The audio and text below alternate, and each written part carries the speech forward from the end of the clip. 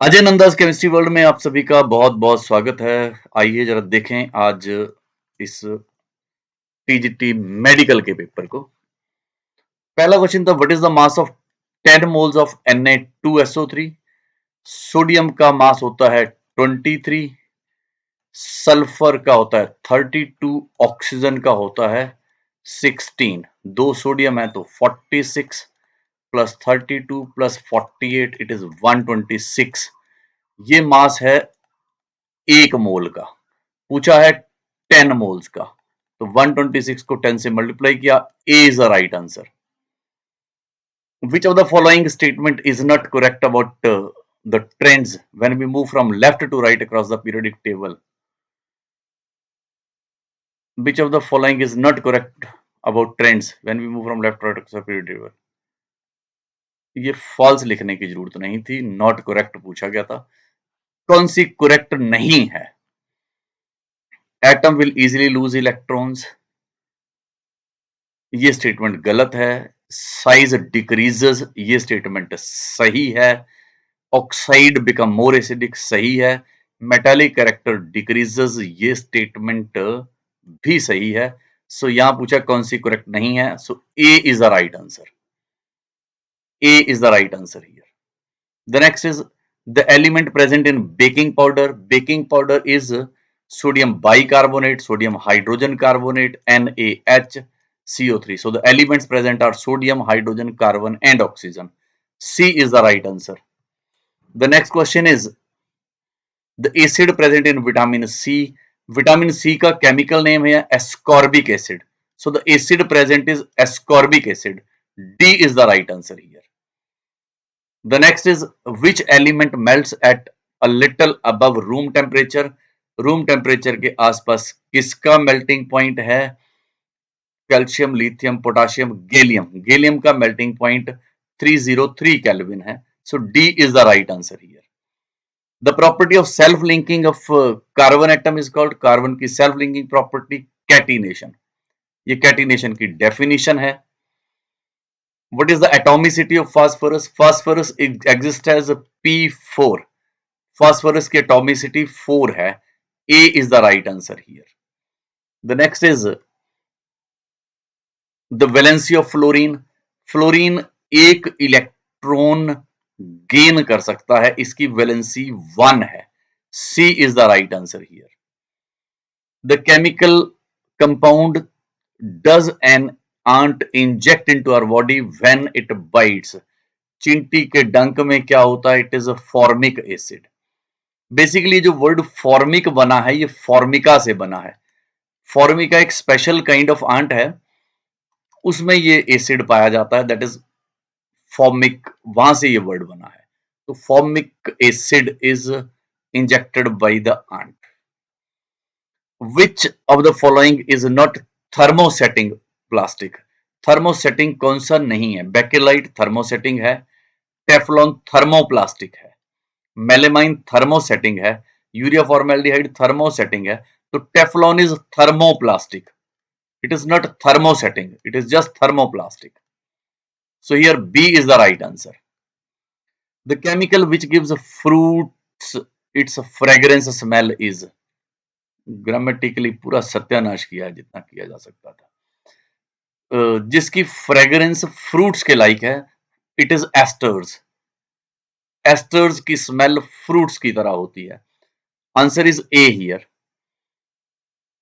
Complete the reaction. Fe plus ZnSO4 displacement reaction है, redox reaction है। थोड़ा सा ये देखना था कि कौन ज्यादा रिएक्टिव है।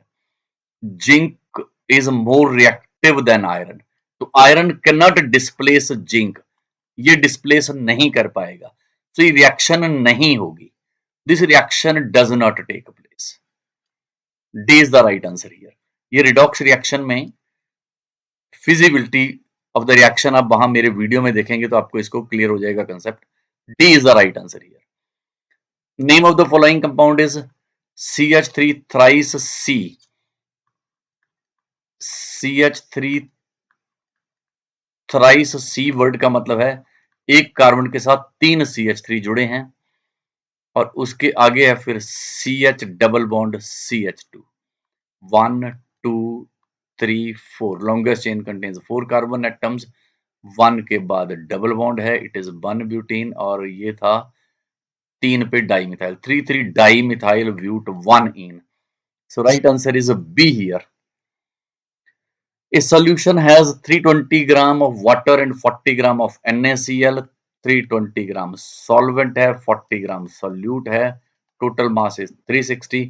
NaCl की mass percent पूछा है, mass percent is mass of the component, that is 40 NaCl का upon total 360 into 100. So it comes out to be 400 upon 9. 400, sorry, it is 100 upon 9. It is somewhere 11.11. A is the right answer here. A is the right answer here. When SO2 is dissolved in water, the acid formed is, जब आप water में SO2 gas dissolve करते हो, you get a sulfurous acid H2SO3. C is the right answer here. The number of electrons present in 10 gram of H2O. 10 gram H2O में पहले number of molecules निकालेंगे. हमें पता है 1 मोल, दैट इज 18 ग्राम में कितने मॉलिक्यूल्स होते हैं? 6.02 इंटू 10⁻23. अगर मैं 10 ग्राम में पूछूं तो डिवाइडेड बाई 18 मल्टीप्लाइड बाई 10, ये होंगे नंबर ऑफ मॉलिक्यूल्स. और जब आपसे पूछा गया नंबर ऑफ इलेक्ट्रॉन्स, तो वाटर के एक मॉलिक्यूल में कितने इलेक्ट्रॉन है? हाइड्रोजन में 1 होता है तो 2 हाइड्रोजन में 2 हो गए. ऑक्सीजन में 8 इलेक्ट्रॉन होते हैं, टोटल होते हैं 10. एक मॉलिक्यूल में 10 इलेक्ट्रॉन है. इतने मॉलिक्यूल्स में कितने होंगे? इसको 10 से मल्टीप्लाई कर दीजिए, वो इलेक्ट्रॉन्स होंगे. तो 10⁻23, ये एक 24 और एक 25. तो answer is B here. B is the right answer here. When copper is kept in open for a long, एक ग्रीन लेयर इज डिपॉजिटेड. जब उसको ज्यादा टाइम रखें, ग्रीन लेयर बनेगी, और ये green layer is because of this compound, copper carbonate, copper hydroxide. C is the right answer here. Memory based question है. Phosphorus is generally stored in water. Phosphorus को water में रखते हैं because phosphorus का ignition temperature कम है, ये जल्दी से आग पकड़ लेता है. केरोसिन ऑयल में हम लोग सोडियम को रखते हैं बिकॉज सोडियम एयर के साथ रिएक्ट करता है. दोनों का अलग अलग रीजन है रखने का. विच of the following will show Tyndall effect? Tyndall effect is shown by colloidal solutions. Colloidal solutions he Tyndall effect show करते हैं. सोडियम क्लोराइड पूरी तरह से पानी में घुल जाएगा, it gives true solution. Copper sulphate भी ट्रू सॉल्यूशन देगा. Milk is a colloidal solution. So C is the right answer. Which method, question number 50, which method is best for separating colors from the dye? Dye से colours को अलग अलग करने के लिए we use chromatography. Paper chromatography या TLC. B is the right answer here. Which one of the following has a triple bond? CH3, C triple bond N. A is the right answer here. यहाँ पे double bond है, यहाँ सारी single bond है, यहाँ double bond है. Complete the following reaction. इस reaction को अगर आप देखें तो ये 443 केल्विन पे डिहाइड्रेशन होगी. तो ये इट इज CH3CH2OH. ये है, यहां से डिहाइड्रेशन होनी है, एक H और एक OH.